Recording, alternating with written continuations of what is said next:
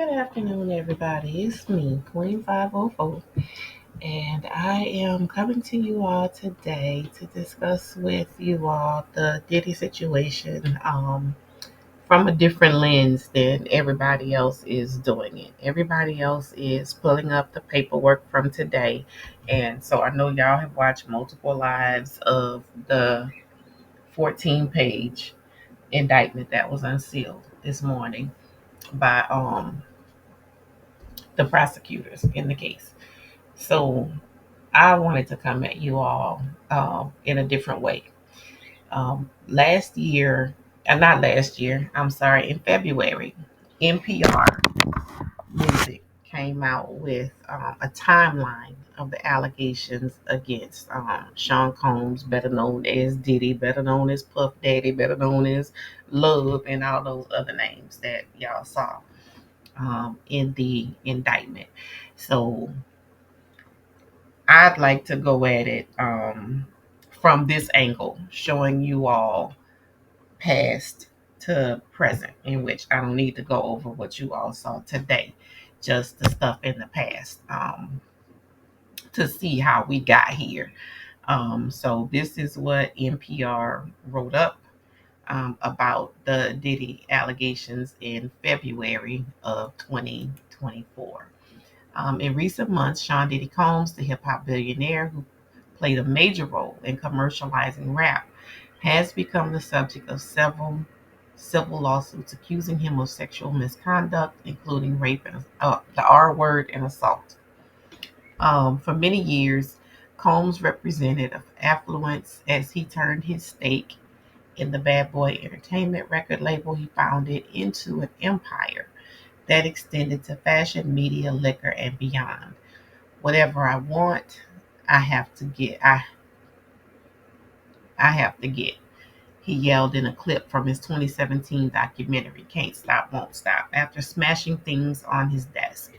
What was initially seen as a fodder for the grind set from the ultimate hustler mogul now feels more like evidence of an aggressive, domineering disposition, one in line with the vicious person depicted in the filings. A timeline of these events dating back 30 years, juxtaposed with the milestones from Combs' career, displays not only a chilling history of alleged violent behavior, but the way power and celebrity have shielded him. Allegations from the civil suits appear italicized on the timeline. So we're going to go back to 1990 and the start of Combs's music career in the industry. So Combs started his music career as an intern at Uptown Records, of course, under the executive Andre Harrell. 1991, according to a November 2023 lawsuit, Combs and the R&B singer Aaron Hall allegedly um, SA'd an unnamed victim and a friend after a music industry event, then beat her several days later when confronted. Now that's him and Aaron Hall. If you all don't know who Aaron Hall is, Aaron Hall was a member of the group Blackstreet, along with Teddy Riley and another guy, and it was the three of them. So that was Blackstreet. Again, that's 1990 to 1991, and there was a lawsuit. 1991, according to a November 2023 lawsuit, Combs allegedly drug, SA'd, and videotaped a 19-year-old Joie Dickerson after going on a date with him. And that's 1991. And this lawsuit came up in 2023. So that's two lawsuits. I believe this morning they said that there were like 10 civil lawsuits pending against Diddy. 1993, after being fired from his duties at Uptown Records, Combs started his own label, Bad Boy Records. The label grew in popularity and notoriety over the course of the decade, breaking the careers of Craig Mack, the Notorious Big, Mace, The Lox, Faith Evans, and more. 95 to 96.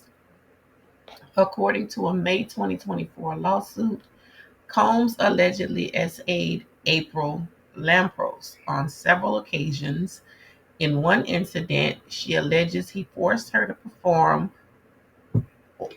OS in a car, which she says was witnessed by a parking attendant. In another, she claims that he forced ecstasy down her throat, made her have with his then girlfriend Kim Porter, and then R'd her.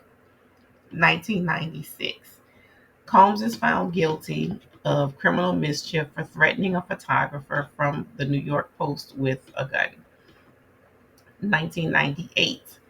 Combs starts throwing his annual Hamptons all white parties that come to be known as so lavish and exclusive. He earns the rep of being a modern day Gatsby. Guests range from music industry execs and artists to actors, real estate moguls, and sports team owners. Now that starts in 98. And I guess these would later become known as the freak off sessions that are referred to in the indictment that dropped this morning. April 16th, 1999, Combs is arrested and charged with two felonies, second degree assault, and criminal mischief in the beating of record executive Steve Stout, who says Combs and two bodyguards beat him with their fists, a telephone, and a champagne bottle and chair. When Combs publicly apologizes, Stout asks for the charges to be dismissed. Combs reportedly pays Stout $500,000. The assault charges dropped. Combs pleads guilty to the lesser charge of harassment, and he is then sentenced to 1 day of anger management. Kiss my ass. 1 day. Steve, we ought to beat your ass. Because some of this shit could have been avoided if you wouldn't have dropped that lawsuit and Homeboy would have faced charges back in 1999. Your ass should be beat. December 27, 1999. Combs, along with then girlfriend Jennifer Lopez and rapper Shine, are arrested in relation to a shooting at Club New York. Combs is charged for weapons violations but is ultimately acquitted. Now, Shine, y'all can go on YouTube and look for the video that Shine did. Shine is in Belize and he is a public official in Belize. And he has come out and made a statement about this since the girl who was actually shot came out and made a statement about who actually shot her. Now, Shine has put out a statement about it. March 2000. The first season of Making the Band airs on ABC, then later MTV. The reality TV competition centers Combs as he searches for new talent to put together in a band. Running for 12 seasons total, the show later became a cultural staple for MTV, and through it, Combs created bands like Day 26, Danity Kane, and they all signed to Bad Boy Records. 2000 to 2001, according to a May 2024 lawsuit, Combs allegedly attacked April Lampros again in her apartment. March 26, 2001, in a lawsuit, local TV host Roger Mills sues Combs, accusing him of assault, false imprisonment, destruction of property, intentional infliction of emotional distress, and a civil conspiracy in an exchange where Combs' entourage roughed him up and destroyed his camera. As we have yet to be served with this complaint, we are unable to comment on specific allegations, a Combs spokesperson said in a statement. However, any claim that Mr. Combs participated in any wrongdoing is totally false. Furthermore, facilitating the press with baseless complaint is a blatant attempt to exploit Mr. Combs' celebrity for media attention. A jury finds in favor of Combs in 2004. 2003. According to a December 2023 lawsuit, Combs, his former Bad Boy Records president, Harvey Pierre, and a third unidentified man allegedly ganged an unnamed 17-year-old victim at a Manhattan recording studio. If you all Google it, I'm not going to pull it up, but if you all Google it, there is a picture of Diddy with this underage girl. She's from Michigan, from Detroit, um, and she's sitting on his lap in the studio. 2003, according to a May 2024 lawsuit, Combs allegedly drugged and SA'd a then 22-year-old model, Crystal McKinney, in his New York City studio, forcing her to perform OS. 2004, according to a September 2024 lawsuit, um, which is this month, current day. The lawsuit was filed by singer Dawn Richard, who was in the group Danity Kane. Richard auditioned to be a contestant on Diddy's reality competition show, Making the Band. During the year-long production process of the show, Richard and her bandmates were filmed by MTV camera crews 24 hours a day and were verbally and physically abused by Combs. Richard alleges she was forced by Combs to rehearse for up to 48 hours straight without breaks or food. She and castmates were constantly berated by Combs. As a result, she experienced extreme weight loss and dehydration and was later diagnosed with anemia. Now, let me just say this. Um, Dawn Kalina, who ended up being her bandmate with in the group Dirty Money with Diddy. Kalina came out and said that the things that Dawn are alleging are false. There's a person who can clear all of that up, and that is what's the guy's name? The one who carried the umbrella, Farnsworth. Farnsworth Bentley was there. He was the house manager, and I am assuming that he will be tapped as a witness um, to a lot of these allegations because he was for the shows, he was the house manager. So there's a lot of stuff he knows, but for some reason he's just faded into obscurity and has never said a word. I'm thinking allegedly Farnsworth Bentley was paid off and was paid to disappear.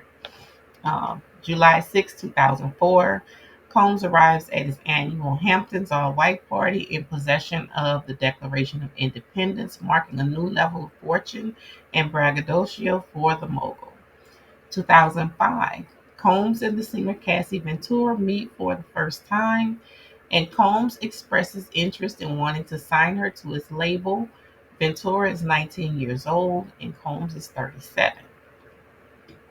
Don Richard claims to be present during Combs's and Ventura's first meeting. According to a September 2024 lawsuit filed by Richard, the singer witnessed Combs fixate on Ventura and isolate her from everyone else in the room. March 2005. The third season of Making the Band, featuring Dawn Richard and bandmates in the formation of the girl group The Danity Kane, begins airing on MTV. And I love that show. February 2006. I love when they had to go walk and get the cheesecake. Ventura signed a 10-album deal with Bad Boy Entertainment in 2006. Her debut single, Me and You, is released and her self-titled album drops the same year. According to a November 2023 lawsuit, Combs's vicious cycle of abuse begins here. Ventura alleges years of physical, psychological, and emotional abuse.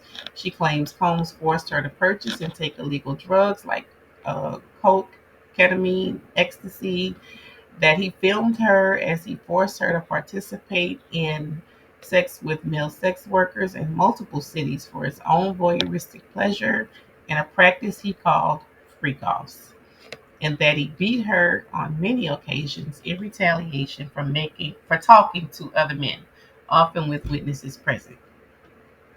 August of 2006, Danity Kane released its self-titled debut album under Combs' Bad Boy Records and Atlantic Records. Upon release, the album debuted at number one on the Billboard 200. According to Dawn Richard's lawsuit, her damages in the form of unpaid salary for working on this album is estimated at $1 million. October 24th, 2007, Combs becomes a marketing ambassador and stakeholder in Ciroc vodka by beverage maker Diageo. Sales of the vodka skyrocket, and Combs becomes synonymous with the brand. March 6, 2007, in a lawsuit, Gerard Reichnitzer alleges that Combs punched him, pushes his girlfriend, and tried to spit on another woman outside Teddy's nightclub at the Hollywood Roosevelt Hotel. In a statement, Combs' attorney, Benjamin Brafman, says, "It's just another example of an opportunist seeking to fabricate a lawsuit based on a flat-out lie to try to take advantage of Mr. Combs' celebrity status. The case is settled out of court in March 2008. The terms were undisclosed." May 11, 2007. In a complaint to the police, Combs is making the band co-star Lorianne Gibson alleges that he threatened her with a chair while New Edition's Michael Bivins held her. Oh, Mike held her in place. Combs' attorney Brafman claims Gibson overreacted to the theatrics performed for the cameras. Sources claim to the New York Daily News that he yelled for the cameras to be turned off. This is just another example of a false accusation by someone trying to take advantage of Sean's success and celebrity status. Lorianne had been with that man for years and she knows a lot too. 2008. In her lawsuit, Richard alleges that Combs invited her over to his Miami residence, and when she arrived, he was wearing only underwear and refused to put on clothes when asked. In 2009, when Danity Kane disbanded, Richard continued working with Combs by way of a new musical trio he formed with himself as a rapper, Richard, and singer Kalina Harper. Richard alleges that Combs wielded even more power over her during her time in the trio, barging into her dressing room unannounced, groping her breasts and buttocks during stylist fittings, and ordering her to strip down to her underwear during rehearsals. Richard claims if she avoided him during this time or rebuffed his advances, he would retaliate with threats and by denying her singing parts in the group songs. 2010. In November 2023 suit, Ventura claims all aspects of her life were controlled by either Mr. Combs or his management companies. She claims he paid for her apartment and all living expenses, that he had access to her medical records. For instance, when Ms. Ventura began experiencing memory loss, potentially due to excessive drug use and or head injuries caused by Mr. Combs' beatings, as described below, her MRI results were provided directly to Mr. Combs. That's a HIPAA violation. Mr. Combs also repeatedly arranged for his staff to drive Ms. Ventura to certain doctor's appointments. In this way, he exerted ownership over Ms. Ventura. Slavery. 2010, ownership over her. According to a September 2024 lawsuit, Richard witnessed Combs physically abuse his then girlfriend Cassie Ventura many times while attending a music label dinner in West Hollywood with a guest list that included singers Neil and Usher and Interscope record executive Jimmy Iovine. Richard alleges Combs punched Ventura in the stomach in front of dinner guests, causing her to double over in physical pain. Richard alleges that Ventura was ushered out of the dinner and that the dinner continued. Richard alleges in her lawsuit that when she tried to console Ventura after witnessing the abuse and encouraged Ventura to leave Combs, Combs would become irate and threaten Richard, saying, "Don't tell my bitch what she need to be doing. Just make money and shut the fuck up. You could be missing. You bitches want to die today." Ooh, yeah. October 2010. Boy, that's a lot. In the same lawsuit, Richard alleges she witnessed Combs and several other men, G being Mr. Combs' female assistant, at the hotel pool during a Diddy Dirty Money show stop in Glasgow, Scotland. Later on the flight back to the US, Richard noticed that the female assistant was missing and later learned that Combs had taken the assistant's passport and left her stranded in the UK. God dang. December 2010. According to the Richard lawsuit, Combs berated the women in the lobby of the Sir Studios so loudly during a Diddy Dirty rehearsal for Saturday Night Live in New York City that he drew the attention of the lobby staff. When Richard asked Combs to stop calling them bitches in front of everyone, Richard alleges that Combs swung his fist to punch her in the face, but that she was pulled away by Combs's bodyguard. Gotta be Gene Deal. Richard and Kalina Harper were then ushered outside and locked into Bad Boys Records company Bentley.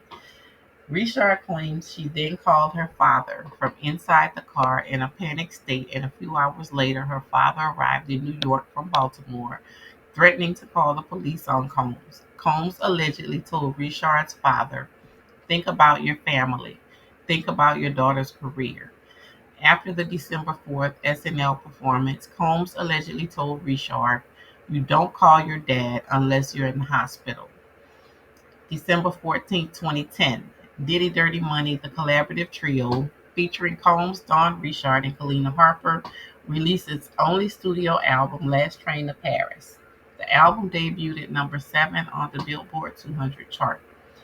December 2010. According to the September 2024 lawsuit, during a Christmas party gathering at Combs' LA home, Richard alleges that Combs grabbed her breasts in front of everyone at the party and said, "I want to gift you fake titties for Christmas.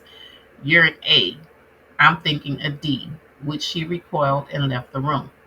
February 2012.